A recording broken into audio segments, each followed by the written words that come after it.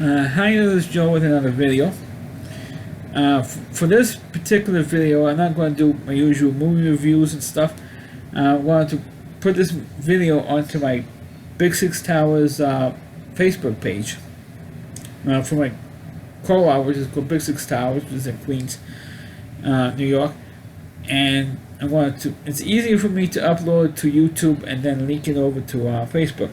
So those of you who are my YouTube subscribers, I feel like I do one of these videos about the board of directors election for 2020, which just ended a week ago, and I feel like I should do a video on it. So please, I know those of you who like to watch my movie reviews, and so I apologize for it, but it's easy for me to upload to YouTube and then link it to Facebook. So this is for my Facebook Big Six Towers shareholder page. They used to call it, now it's discussion. I call it discussion page. A week ago, we finally ended the 2020 board of directors election.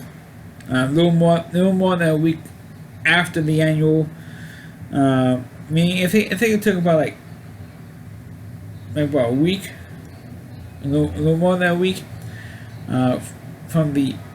I think it was really like 2 weeks. We had to wait to get the quorum, and of course, once again, I lost again on the election. And like I said in the original post, I hope all you people who hate me are very, very happy that I lost again. Those of you who've been campaigning against me, which we're going to get into in a minute. Of course, my vote total for this year is, of course, the lowest. Another fact, though, for those of you who don't like me, love the fact that my vote total dropped again to the lowest level ever in the 4 years I ran for the board, which is at 112. And also, once again, I am the only candidate not to get 200 votes, which is an issue that I, bring it up now, because I don't think that it's right that all the other candidates get 200 votes. Every candidate had, and I haven't had the results in front of me. Every candidate has at least 200 votes except for me. And I've spoken to, or now, I guess I can mention the guy's name. I guess I'm sorry for mentioning your name here. If you get mad if I mention your name, and that's John Galuli, whose term just ended. I want to thank him for his service. For the 3 years he served on the board. He even said to me, last week, he couldn't understand why I was the only one. Everybody was close, within less than 40 votes from each other. And me, I'm about almost 91 votes behind everybody else. I mean, he couldn't understand why my vote total has been so low compared to others. And he said to him, well, because of people who have this pure hatred for me, and people have been going on Facebook and was campaigning for all the other candidates, and not one person ever said, on Facebook, to vote for me. Nobody. I mean, that is a tip-off right there. Not only to Mr. Galuli, but to everyone else about how popular I am in Big Six Towers, when everybody campaigns for everybody else and nobody campaigns for me. And now there was one particular person who was willing to actually campaign for me, but she had some personal issues, and she couldn't. She didn't have the time to do it, unfortunately, and I think that kind of hurt me a little bit. But what really hurt my chances, was the fact that people were going on not only on this page, but they were also going on Alan's page and campaigning for all the candidates that were running. everybody, all the other 5 candidates, all got, except I think maybe Lorraine didn't get that much, that many people campaigning for her. There were a couple of references, but not that many. But everybody got at least some reference, except for me. So a friend of mine, Henry Steinberg, he decides to, okay, even though he doesn't live here anymore, we knew each other when we were kids. But he decides that, because I told him I was running for the board, and he sees on the other Facebook page, on Alan's page, and everybody was voting, vote for Peter, vote for Muhammad, vote for Lorraine, vote for Jonathan, vote for Barbara. All the other 5 people. But not one person on Alan's page, or even my own page, says, vote for Joe Gutfeld. He's worthy of being on the board and all that stuff. And so Henry decides, okay, let's be fair, let's vote for Joe.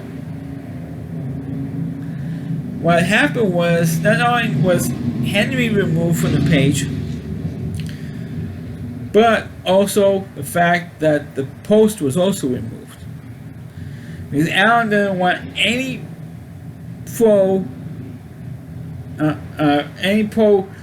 post supporting my candidacy for the board of directors. He doesn't want any positive comments, any positive stuff about me on his page. Nothing. Absolutely nothing. And what's sad is that, you know, he didn't allow anybody to post anything for me on his page at all. So any of you who was supporting me and was on Alan's page, which I appreciate you, every single person who's ever supported me in the 4 years I ran for the board, and so I thank all of you. I do appreciate all your support. I do appreciate that you were voting for me. Even though I didn't win, I do support and I do thank every single person who's voted for me and supported me. But the problem is that Alan's page will not allow any of my supporters to post on his page any positive post about me.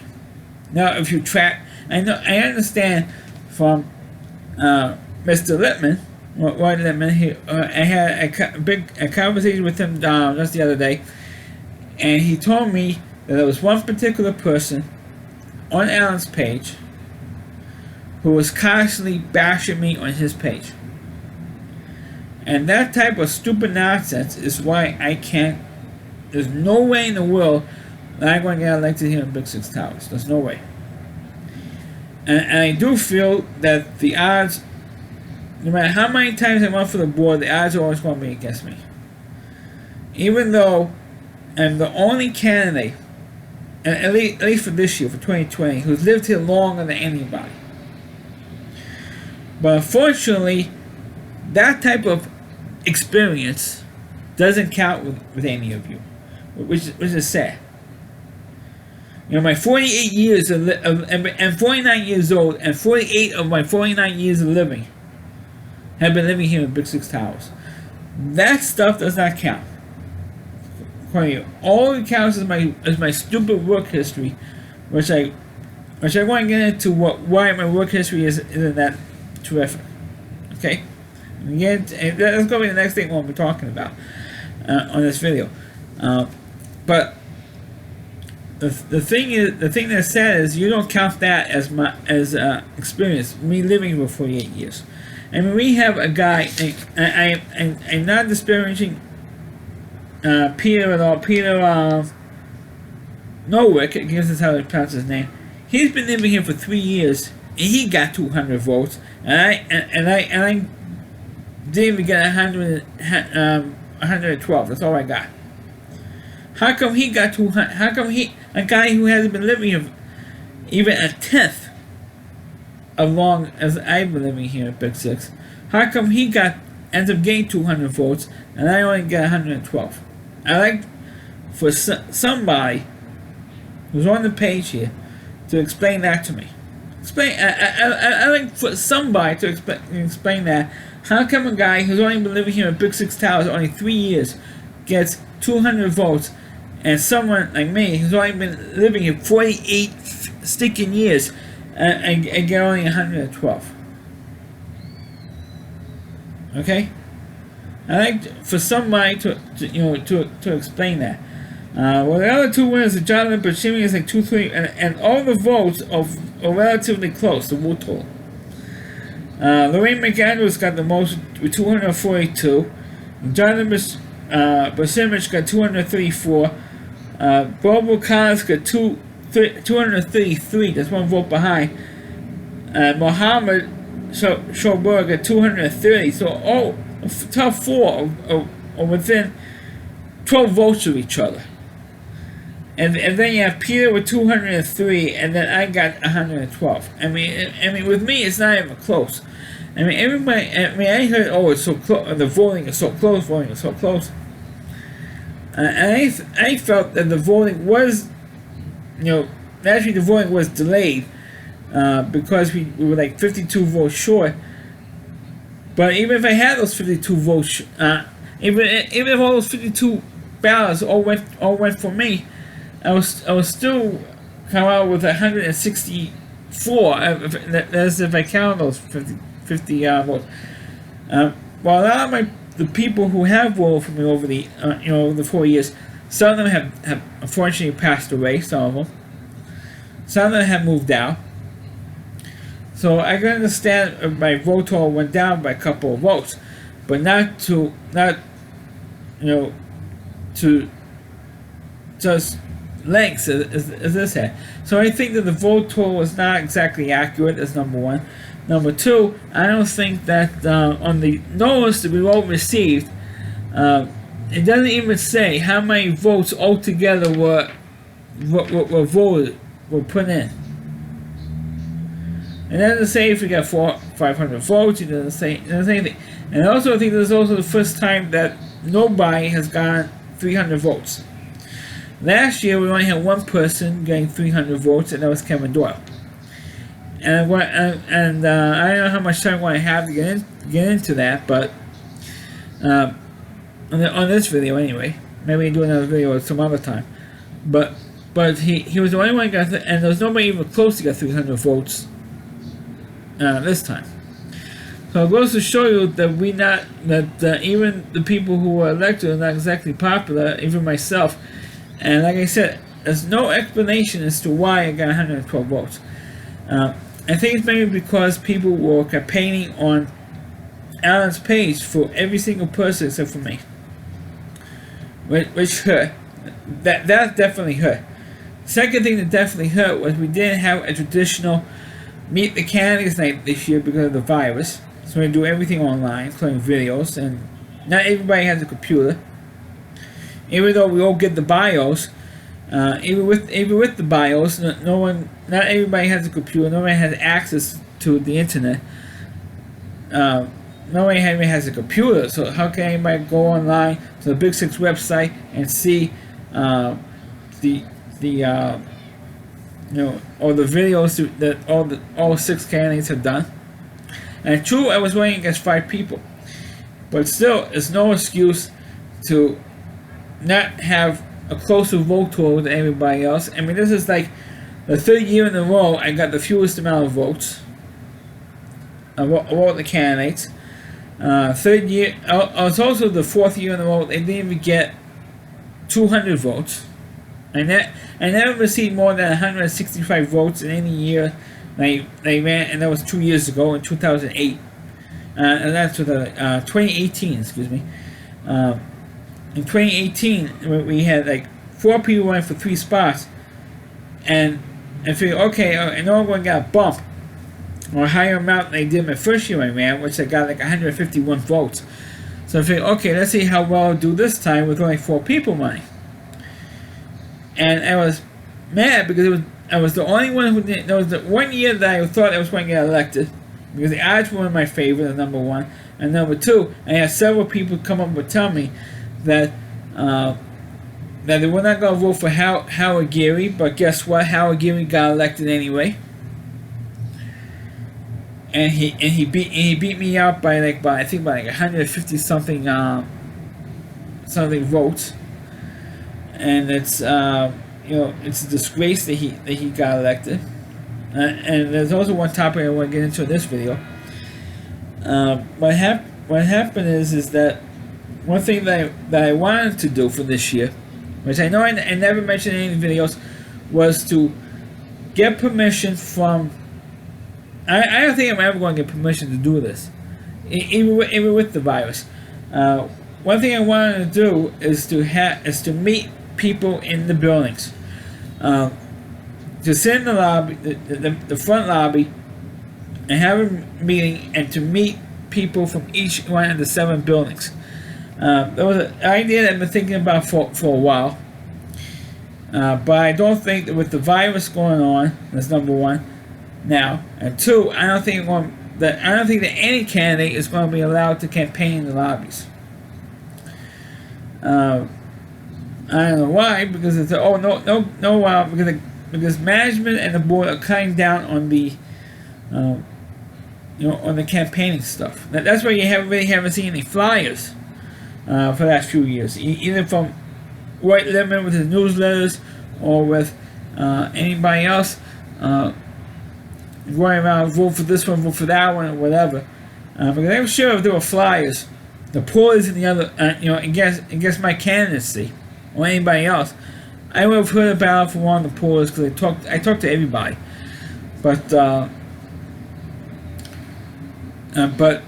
regardless of that, one thing while getting off the election, I still ticked off that I got the low vote total that I had, and that people were campaigning against me. And I think that's going to be continuing to do that as long as I'm, constantly running for the board. People are going to trash talk me to death, and I just wish, I just hope that if I do run next year, and I am thinking already to put my name in for next year, that I have people campaigning for me here. Right? I don't expect anything from anybody, but I do hope that, God willing, next year people will campaign for me next year if and when I put my name in for next year. Well, for the time being, to close out for this video, that's where I want to cut this thing short, or shorter than I have been, is that I'm thinking of setting up a coalition between myself and another candidate from this year's election to set up, well, not so much a commission, but at least a bunch of candidates to run against Howard Geary to get Howard off this board. Because I kind of I want to preview a little bit for next year's board election for 2020. I know it's a year away, and it's going to get here before we know it. What's happened is we're going to have the 3 people who are going to be running for the board next year. Howard Geary is going to be the main topic, the next topic I'm talking about here. Benny Rodriguez and Thomas Hagerty. Those are going to be the 3 people who's going to go for election, or in their cases, re-election next year. And who knows if any of them, Howard is going to be running for re-election next year. I mean, that's a guarantee. I'm saying it right now, that's a guarantee, because this guy loves the power that he's in. He loves the power position, and he's not going to give up his seat like Donald Trump is now. Donald Trump is not going to give up. He's not going to get out of the White House, and Howard Geary is not going to get off the board no matter what happens. So he's going to be running again next year, in 2021, no question about it. And I want to set up with other shareholders who's willing to do it. You gotta be willing to campaign against Howard, or at least run against Howard, because we need to get Howard and Kevin Doyle, the 2 of them. We have to get both of them off this board. And now earlier I made references to my work experience. Well, I want you try to go how because the thing is that I campaigned this year on changing the leadership and the officers on this board. Well, guess what, folks? Big surprise! After not only did we elect 3 people who were on the board previously, and I should say 2 who are currently on the board currently, and 1 former board member. Like all 3 of them on the board, and knowing that no changes where that is concerned, but also no changes with the officers on the board are concerned, because Cameron Doyle is still president, and that makes him, I think, he's been on the board now. He's going to be on the board for 8 years. He's going to his 8th year on the board now. And he was president of the board 7 of the 8 years he's on the board. And most likely he's going to be president 8 of the 9 years he's going to be on the board. And I said it's time for a change. And the only way you can make that change is instead of voting for the same people again and again and again, by putting me on this board. Unfortunately, the majority of the people here at Big Six Towers doesn't have the common sense that God gave a Billy Goat. I have to say it by not putting me on this board. Because you'd rather believe the people who post on Alan's page, you'd rather believe those people than over me. And of course, it's perfectly within your prerogative to do that. But don't come complaining to me that we have the same people on the same offices, the same position again and again and again. And I said, hey, you had your chance for 4 times now. You had your chance to put me on the board, okay? And you refused to put me on the board because of my quote work history, or because you thought that because the way I look, you think that I'm mentally retarded, or anything, or anything else, or you think that I'm a pervert. That all I do is walk around Big Six Towers, taking pictures of kids, which of course all of you know that's not true. I have bad things to do to take pictures of kids. But you think that I'm a pervert, pedophile, that I'm mentally retarded, or they have some kind of other, mental issue, or some other bullshit. Excuse my language, bullshit that makes you not want to vote for me.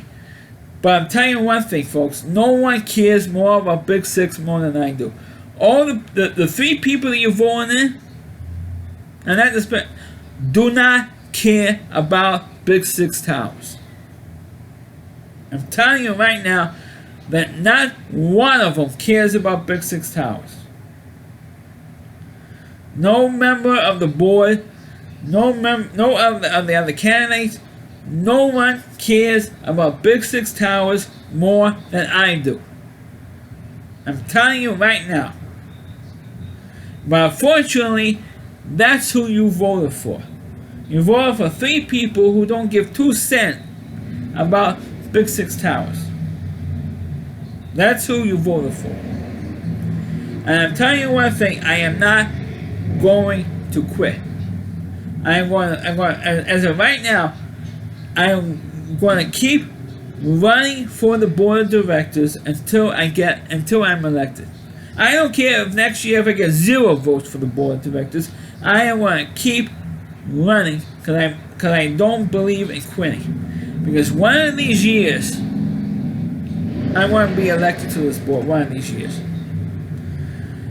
And of course, I want to get into why my work history is not that terrific, which I'm going to get into right now.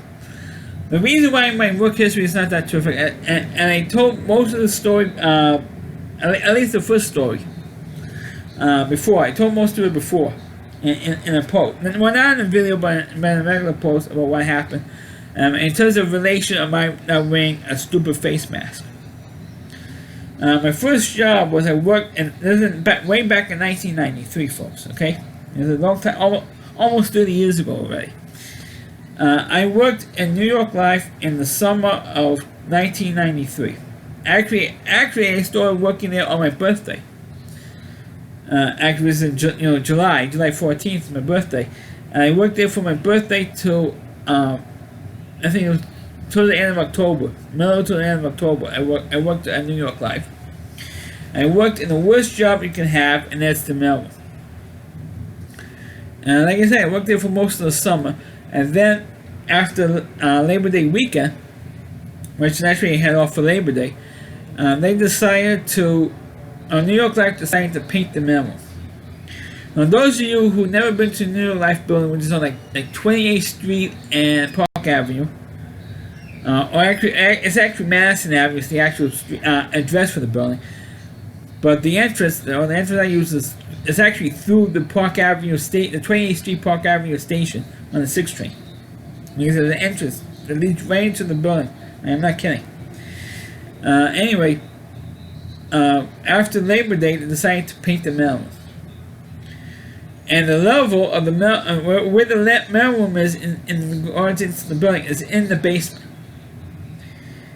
And of course, you're in the basement, you have no windows.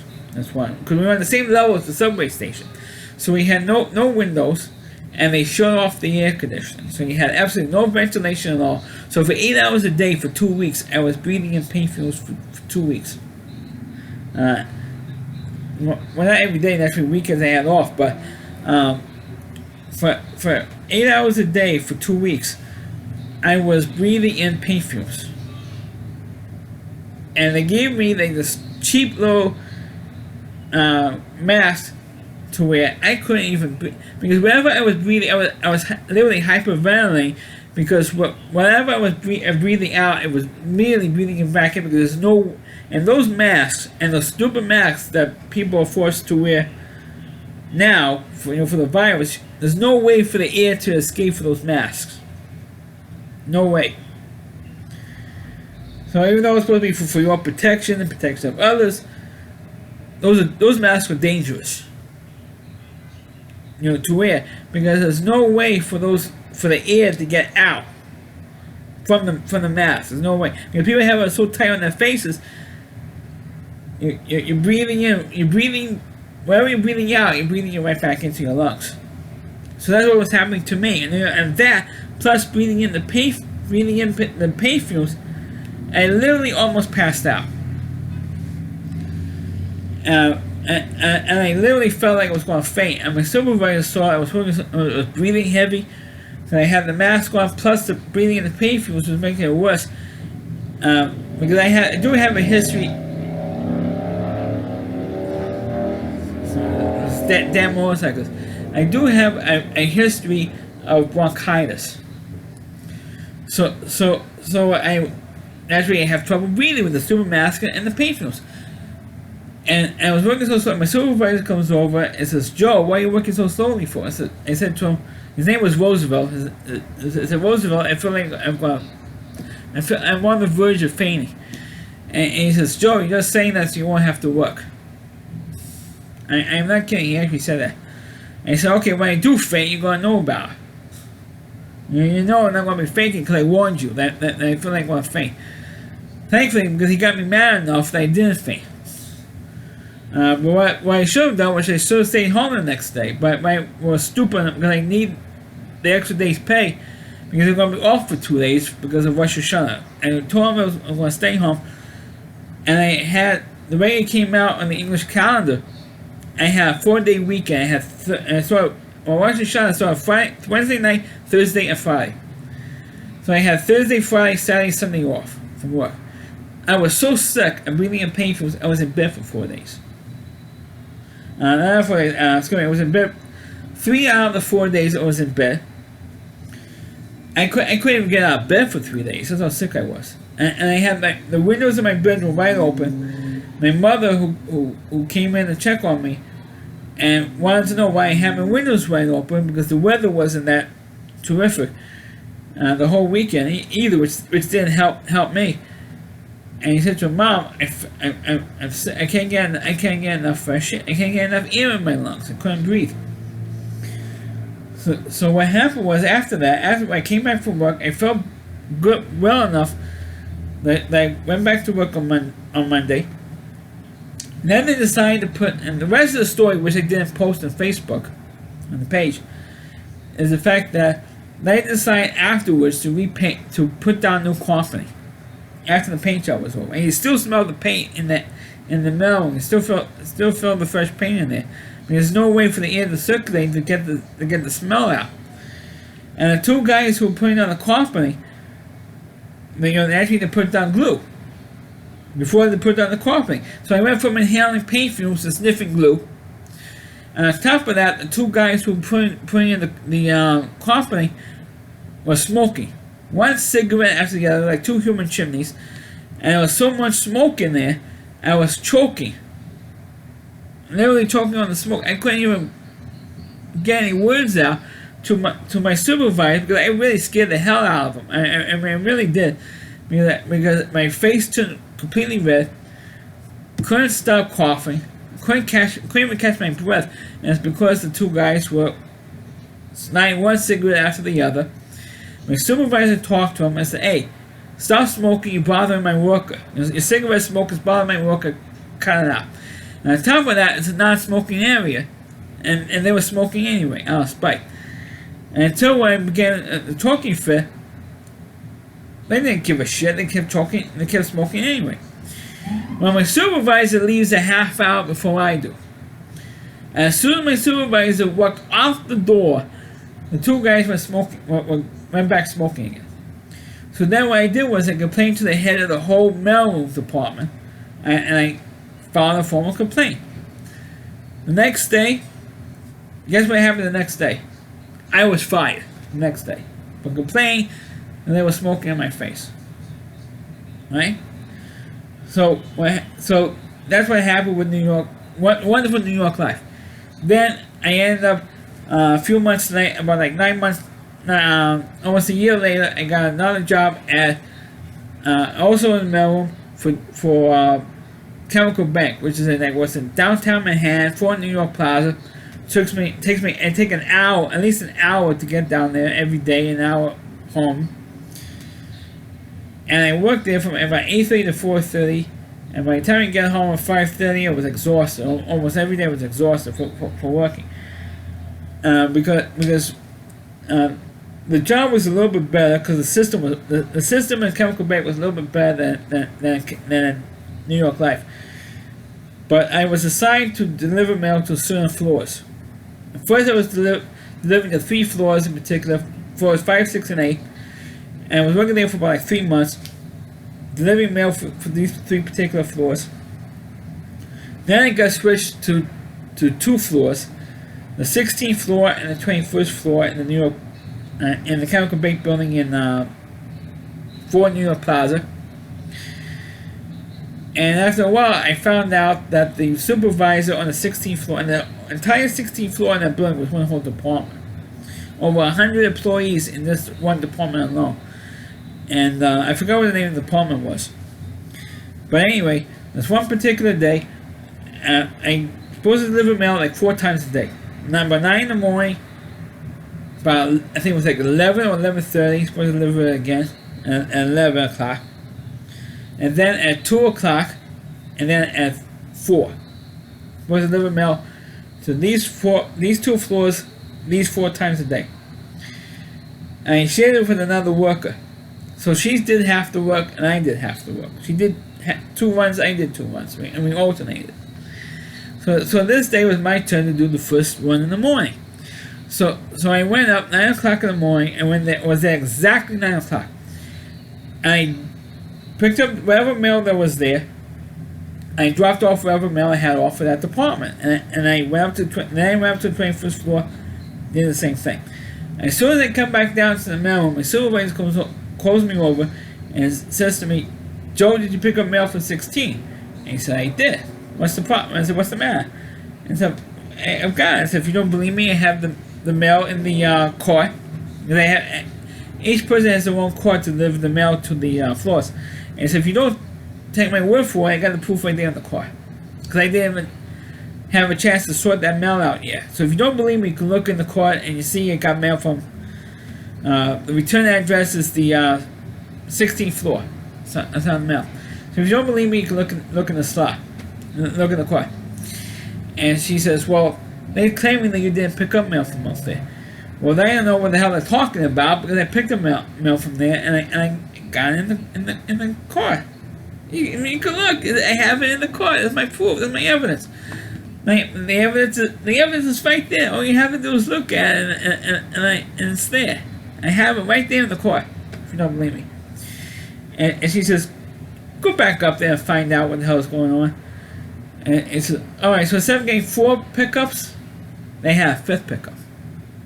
Right? In one day, they got an extra pickup, and the pickup was about like 5 times. And within a span of 15 minutes, they had a pile about 5 times the size of the pile I picked up just 15 minutes earlier.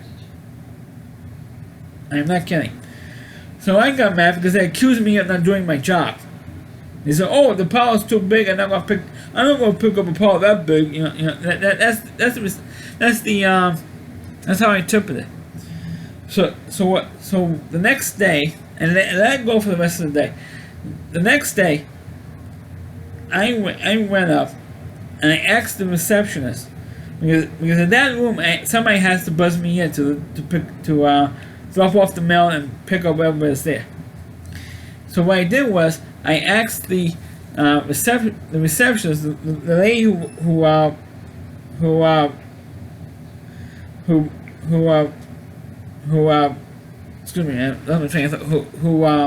buzzed me in. I asked her to watch me and take the mail out. And she asked me, why do you want you to take the mail out? Because I didn't want to be falsely accused of not doing my job. Because yesterday I was falsely accused of not picking up the mail, and I picked up the mail yesterday. I was here at exactly 9 o'clock yesterday morning. I picked up whatever was here, whatever was in the bin, and I came back down. By the time I came back down, there was a pile here about 5 times the size, from 15 minutes earlier. I do not want that to happen again. So I want to make sure cover my ass, and I want you to see me take the mail out. So in case if I got another complaint, you could say that I took the mail out. Well, apparently that word got to the supervisor on that floor, and she complained to the head of the mailroom department, saying, "How dare that worker say that to me? I want that she wanted me fired." And I wasn't fired because technically it was there on an internship, even though I was getting paid for it.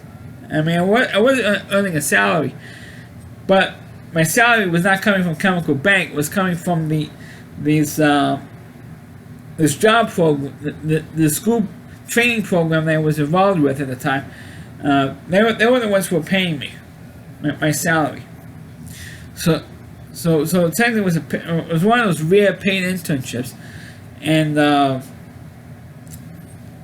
so technically the school was training school was the one who was paying me, and not Chemical Bank, but Chemical Bank wanted to fire me because I made a complaint over that, but they couldn't fire me, because I was an intern, not a Chemical Bank employee, so it was covered there. But what they decided to do was to punish me by not allowing me to go into lunch. So people who were on the 21st floor, who I got friendly with, 2 women who worked on the 21st floor wanted to know what happened to me, and they came down. I saw them on my lunch break. I actually went up to their floor on my lunch break and told them what happened. And they just couldn't believe what the hell that happened. And so the only thing that you could do is maybe demand that I come up and do the mail just for your floor. But that never happened. And I worked there for a couple more weeks, and I decided to quit. I quit the job, and now I have nothing to do with the training school anymore. Even though it's doing, I guess it's doing business now, but I have nothing to do with the school anymore either. I decided to go back to school and studying photography, and I've been doing it ever since. The problem is in the photography world, 98% of the jobs are freelance. So I have to work for myself, try to promote myself, and try to get noticed. That's why I post so many pictures on Facebook. Maybe God willing, I know a lot of people do that as well. Maybe God willing, somebody will notice, hey, this guy's a photographer. He does post great pictures on Facebook. Let's hire him. And that's my intention, where that's concerned. So that is my work history, and that's why my work history is not that great, because I know people, because of my so-called lack of experience, is the reason why I can't get hired by anybody. And it's the same crap that goes on here with the board election here. I can't get elected here because of the same reason. I know I'm going a little bit long. It's almost 41 minutes now at this point. But I just want to explain what my work history is, what it is, and have this forum to explain myself better. And of course, like I said, it's a disgrace that none of you decide. It makes it easier, or if you think it's funny, to not vote for me, which is ridiculous. Because like I said earlier, no one cares about Big Six more than I do. I want to thank you for watching. Like I said, I want to repeat it one more time. I want to thank everyone who voted for me. I want to thank all the people who supported me. And hopefully, I know one of these years I'm going to get elected to this board. And I'm going to maybe do another video, or a different video, because I want to set up a coalition to go against Howard Gary and to get Howard Gary off this board next year. Thanks for. If you want more information, or maybe help me try to vote Howard Gary off this board next year, please contact me on Facebook, or those of you who kept the memo with my phone number on, please give me a call, or email me if you saw my email address on the memo with my email address and my phone number. Please email me or give me a call, or message me on Facebook if you're interested. Let's work together and make changes on the board that I wanted to change when I ran for the board for this year in 2020. Thanks for watching. Catch you next time.